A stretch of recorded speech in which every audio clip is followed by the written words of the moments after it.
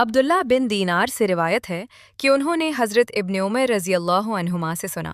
انہوں نے کہا، رسول اللہ صلی اللہ علیہ وسلم نے فرمایا، جس نے قسم کھانی ہے وہ اللہ کے سوا کسی کی قسم نہ کھائے۔ اور قریش اپنے آباء و اجداد کی قسم کھاتے تھے، تو آپ صلی اللہ علیہ وسلم نے فرمایا، اپنے آباء و اجداد کی قسم نہ کھاؤ۔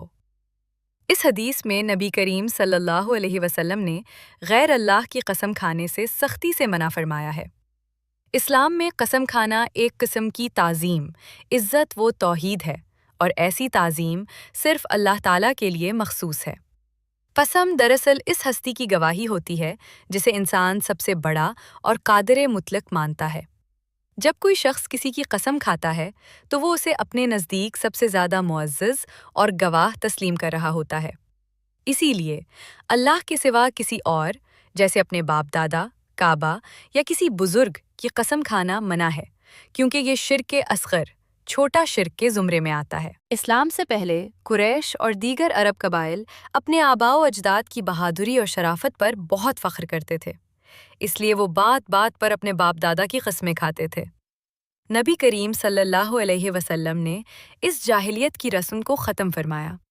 اس حکم کے پیچھے ایک خاص واقعہ موجود ہے جو صحیح بخاری اور صحیح مسلم میں مروی ہے۔ حضرت عمر فاروق رضی اللہ عنہ کا واقعہ۔ ایک مرتبہ حضرت عمر فاروق رضی اللہ عنہ ایک قافلے میں جا رہے تھے اور وہ عادت کے مطابق اپنے باپ کی قسم کھا رہے تھے۔ رسول اللہ صلی اللہ علیہ وسلم نے جب یہ سنا تو آپ صلی اللہ علیہ وسلم نے قافلے والوں کو پکارا اور فرمایا، خبردار، اللہ تعالیٰ تمہیں اس بات سے منع فرماتا ہے کہ تم اپنے باپ دادا کی قسم کھاؤ۔ جس نے قسم کھانی ہے وہ صرف اللہ کی قسم کھائے یا پھر خاموش رہے۔